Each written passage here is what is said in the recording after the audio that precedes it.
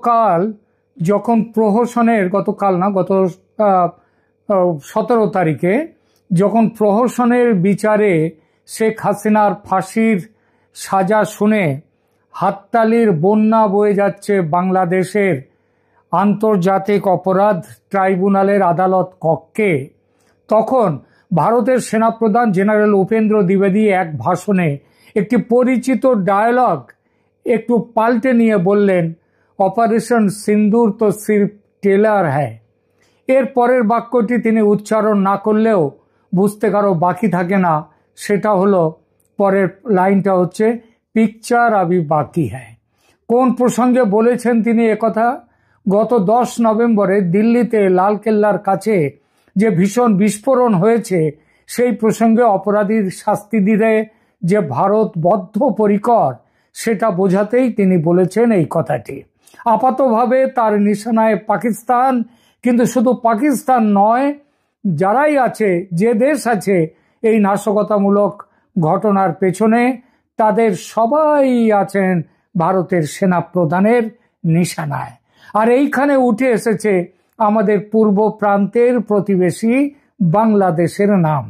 বাংলাদেশের সন্ত্রাসীরা যে দিল্লি বিস্ফোরণ ঘটনায় প্রত্যক্ষভাবে জড়িত তার একাধিক নিদর্শন এসে গেছে ভারতের গোয়েন্দা সংস্থাগুলোর মধ্যে, তাদের হাতে এসে গেছে। আর সেই সব নিদর্শন থেকে দেখা যাচ্ছে সন্ত্রাসবাদীদের সঙ্গে বৈঠক করেছেন বাংলাদেশ সরকারের পদস্থ কর্তারা। তাদের যোগ সাজসে কিভাবে পাকিস্তানের সন্ত্রাসবাদীরা এই বিস্ফোরণ ঘটিয়েছে এবং আরো বিস্ফোরণ ঘটাবার কি পরিকল্পনা ছিল তাদের, তার পুরো নকশা এসে গেছে ভারতের গোয়েন্দাদের হাতে। আর সেটা হাতে আসার পর গত 1.5 বছর ধরে অনেক কষ্টে চেপে রাখা ধৈর্যের বাঁধ ভেঙেছে ভারতের। কয়েকদিন আগে, আপনারা জানেন, কয়েকদিন আগে ভারতের প্রতিরক্ষা মন্ত্রী রাজনাথ সিং বাংলাদেশের সরকারের প্রধান উপদেষ্টার উদ্দেশ্যে বলেছেন সংযমের সঙ্গে কথা বলতে, নইলে বিপদ আছে। এটা তার বলাটা হচ্ছে, এটাকে হুমকি বলেও ধরে নেওয়া যায়। তখনও দিল্লি বিস্ফোরণ হয়নি, আর এখন দিল্লির বিস্ফোরণের পর ভারতের সেনাপ্রধান বললেন অপারেশন সিন্দুর সির্ফ ট্রেলার, পিকচার আবি বাকি হ্যায়। এবং শুধু মুখের কথাই নয়, কাজেও নেমে পড়েছে ভারতীয় সেনা। পূর্ব সীমান্তে অনেক কিছুই ঘটে চলেছে, হ্যাঁ, অনেক কিছুই ঘটে চলেছে এবং ঘটতে যাচ্ছে আরো অনেক কিছু। তার কিছু কিছু আমি জানি, কিন্তু বলবো না, কারণ এসব গোপনীয় সূত্র থেকে পাওয়া খবর বাইরে ফাঁস করব না এমন কথা দিয়ে তবে এসব খবর পেয়েছি। তবে ভারতের সেনা মহলে কিছু বড় সড় ভাবনা যে চলছে তার আঁচ পেয়েছে বাংলাদেশ। আর সেটা পাওয়ার পর থেকে সম্পর্ক মধুর করার বার্তা ঘুরছে বাংলাদেশের কর্তা ব্যক্তিদের মুখে। তৌহিদ হোসেন সাহেব বলেছেন বাংলাদেশের মাটি ভারতের বিরুদ্ধে ব্যবহৃত হবে না। আহা, প্রাণ জুড়িয়ে যায় এমন কথা শুনলে। তৌহিদ হোসেন, আপনি আপনার দেশের প্রধান উপদেষ্টা গত 1.5 বছর ধরে কি সব বলে গেছেন, একটু কথাগুলো শুনে দেখবেন তো, তারপরে বলবেন যে বাংলাদেশের মাটি ভারতের বিরুদ্ধে ব্যবহৃত হবে না। তারপর দেখুন, আড়ি আড়ি ছেড়ে ভাব ভাব খেলতে অজিত ডোভালের সঙ্গে দেখা করতে আসছেন খলিলুর রহমান, যাকে বলে একেবারে ছুটে আসছেন। আগে ডাকলেও আসতেন না, আর এখন ছুটে আসছেন। বাংলাদেশের অন্তর্বর্তী সরকারের জাতীয় নিরাপত্তা উপদেষ্টা খলিলুর রহমান আজ 19 নভেম্বর দিল্লি সফরে আসছেন কলম্বো সিকিউরিটি কনক্লেভের 7ম জাতীয় নিরাপত্তা পর্ষদের সম্মেলনে অংশ নিতে। ভারতের জাতীয় নিরাপত্তা উপদেষ্টা অজিত ডোভালের আমন্ত্রণে 2 দিনের এই সফর নিয়ে বাংলাদেশের ভেতরে ও বাইরে ব্যাপক জল্পনা। এই সফরের তাৎপর্য আরো বেশি, কারণ গত অক্টোবরে বাংলাদেশের সেনাপ্রধান জেনারেল ওয়াকারুজ্জামানকে দিল্লিতে 2টো গুরুত্বপূর্ণ সম্মেলনে আসতে দেননি মোহাম্মদ ইউনূস। তিনি 13 থেকে, মানে ওয়াকারুজ্জামান 13 থেকে 16 অক্টোবর দিল্লিতে অনুষ্ঠিত দক্ষিণ এশিয়া কাউন্টার টেরোরিজম কনফারেন্স এবং জাতিসংঘের ট্রুপ কন্ট্রিবিউটিং কান্ট্রিগুলোর তাদের চিফস কনক্লেভ, এই দুটো সম্মেলনেই অনুপস্থিত ছিলেন। যে দুটো সম্মেলনে ওয়াকারুজ্জামান আসেননি সেগুলো বাংলাদেশের জন্য অনেক বেশি গুরুত্বপূর্ণ ছিল এই যে সম্মেলনে খলিলুর রহমান আসছেন তার থেকে। বিশেষত সে সময় সন্ত্রাসবাদ দমন এবং জাতিসংঘ শান্তিরক্ষা মিশনে বাংলাদেশের যা ভূমিকা আছে তার প্রেক্ষিতে ওই মিটিং দুটোর অনেক বেশি গুরুত্ব ছিল। অথচ সেদিন আসতে দেননি ইউনূস মহাশয়, অথচ 1 মাসের ব্যবধানে খলিলুর রহমান দিল্লি সফরে আসছেন। এটা দেখে সবাই ভাবছে দিল্লির এবারের সম্মেলন তো আদৌ সেরকম গুরুত্বপূর্ণ নয়, তাহলে এমন উচাটন হয়ে কেন আসছেন খলিলুর? তাছাড়া এই যে দিল্লির সম্মেলনটা 19 তারিখ থেকে 2 দিনের জন্য হতে যাচ্ছে, তার সদস্য হচ্ছে ভারত, শ্রীলঙ্কা, মালদ্বীপ এবং মরিশাস। গত 14 বছর এই সংস্থার চলছে এই সংস্থা, কিন্তু বাংলাদেশের সদস্য হয়েছে একদম হালে, গত বছর 2024-এ, তাও শেখ হাসিনা চলে যাওয়ার পরে। এবং সেটা ওই যে এই প্রথম তারা দেশ হিসেবে অংশ নেবে, যখন সব দিকে ভারতের পায়ে পা বাঁধিয়ে ঝগড়া, তখন এইরকম কম গুরুত্বপূর্ণ এক বৈঠকে ইউনূস মিয়া কেন তার সবচেয়ে প্রিয় পাত্র খলিলুর রহমানকে পাঠাচ্ছেন? এর কারণ দিল্লি বোমা বিস্ফোরণ, আর সেই বোমা বিস্ফোরণের সঙ্গে বাংলাদেশের নাম জড়িয়ে যাওয়া। ভারতের গোয়েন্দারা একেবারে হাতে কলমে প্রমাণ পেয়ে গেছেন। কি সেই প্রমাণ? আগে বলি সেটা, তারপর ফিরব বাংলাদেশের আতঙ্ক কোথায় সেই জায়গায়। মোহাম্মদ ইউনূসের অন্তর্বর্তীকালীন সরকার 10 নভেম্বর দিল্লির লালকেল্লা বিস্ফোরণে বাংলাদেশের জড়িত থাকার এবং তার মাটি ব্যবহারের বিষয়টি অস্বীকার করলেও ভারতীয় নিরাপত্তা সংস্থাগুলো ঢাকার ভূমিকার দিকে আঙুল দিয়ে ক্রমবর্ধমান প্রমাণ পাচ্ছে। এদিকে শনিবার দিল্লি পুলিশ দিল্লি বিস্ফোরণের সাথে জড়িত থাকার অভিযোগে হরিয়ানার আল ফালা বিশ্ববিদ্যালয়ের 2 চিকিৎসক সহ 3 জনকে আটক করেছে।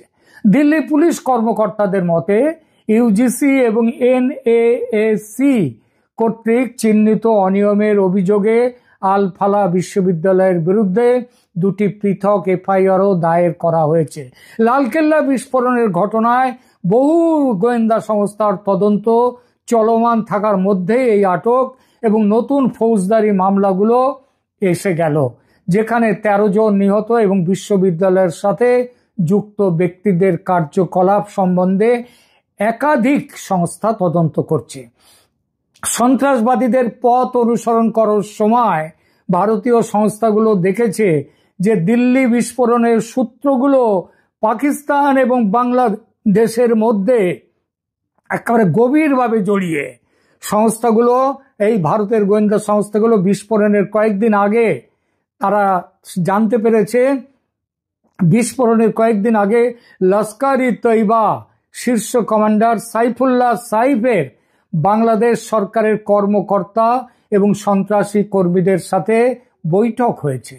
দিল্লি বিস্ফোরণের কয়েকদিন আগে পাকিস্তান ভিত্তিক ওই যে পাকিস্তানি নাগরিক সাইফ অক্টোবরের শেষ সপ্তাহে ঢাকার একটি অভিজাত এলাকা বনানীতে আয়োজিত একটি সভায় ভার্চুয়ালি যোগ দিয়েছিলেন, পাকিস্তান থেকে।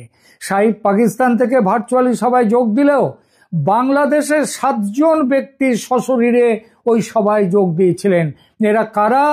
নিষিদ্ধ ইসলামিক গোষ্ঠী হিজবুত তাহরির এর ঢাকার প্রধান জুবায়ের আহমেদ চৌধুরী, সাইফের ডানাত এবং মার্কাজি জমিয়ত আহলি হাদিসের সাধারণ সম্পাদক ইবতিসাম এলাহি জাহির, বাংলাদেশের অন্তর্বর্তীকালীন সরকারের স্বরাষ্ট্র সচিব ডক্টর নাসিরুল গনি, ঢাকা নর্থ কর্পোরেশনের সিইও এবং হিজবুত তাহরির তার সমন্বয়কারী মোহাম্মদ আজাজ, জঙ্গি গোষ্ঠী আনসারুল বাংলা টিমের শীর্ষস্থানীয় প্রধান হাফিজ সুজাদুল্লাহ এবং হাফিজ আলী ফজল এবং বিস্ফোরক বিশেষজ্ঞ সুমন আহমেদ।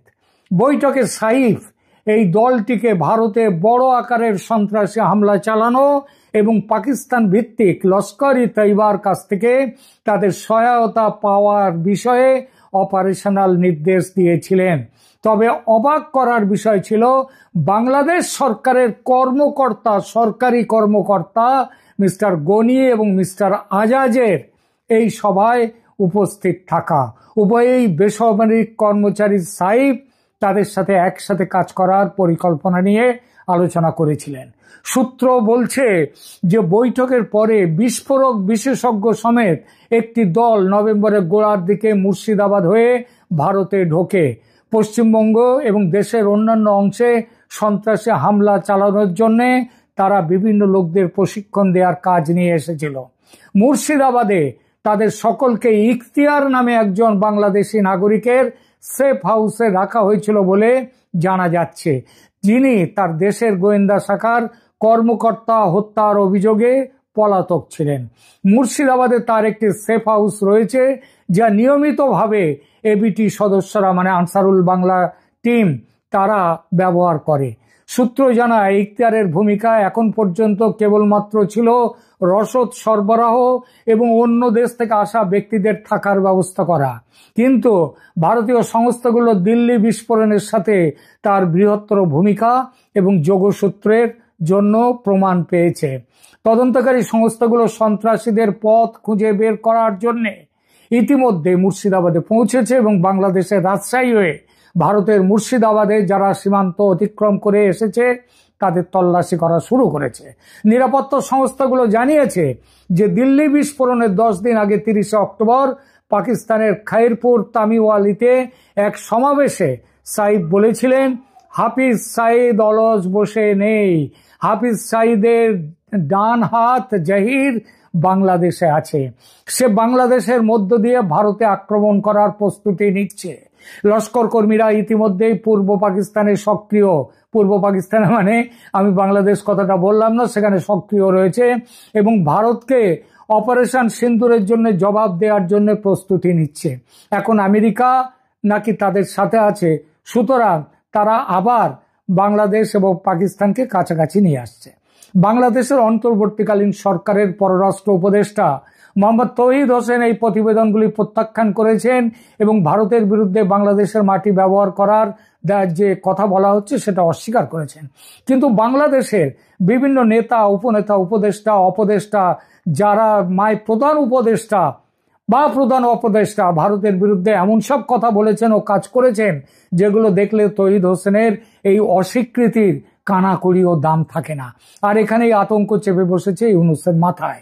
বুঝেছেন, পাকিস্তানে অপারেশন সিন্দুর করতে যে ভারত এখন দুবার ভাবে না, সে বাংলাদেশকে সবত শেখাতে দেরি করবে না। সুতরাং যাও খলিলুর, দিল্লি যাও, ডোভাল সাহেবের কাছে গিয়ে ক্ষমা চাও, বলো আর হবে না, এবারের মতো ক্ষমা খন্না করে দিন স্যার। শোনা যাচ্ছে ডোভালের সঙ্গে আলাদা বৈঠকে বসবেন খলিলুর, সম্মতি দিয়েছেন ডোভাল। তবে ডোভাল যেরকম দুধে গোয়েন্দা ও তুখোড় কূটনীতিক, তাতে ভালো রকম দাম না নিয়ে কোনো রফায় আসবেন না, দাম বুঝে নেবেন, অনেক হিসাব বাকি পড়ে গেছে। কি কথা দিলেন আর কি আদায় করে নিলেন সে খবর আমি আপনাদের দেব যথাসময়ে। আপাতত এখানেই থামছি।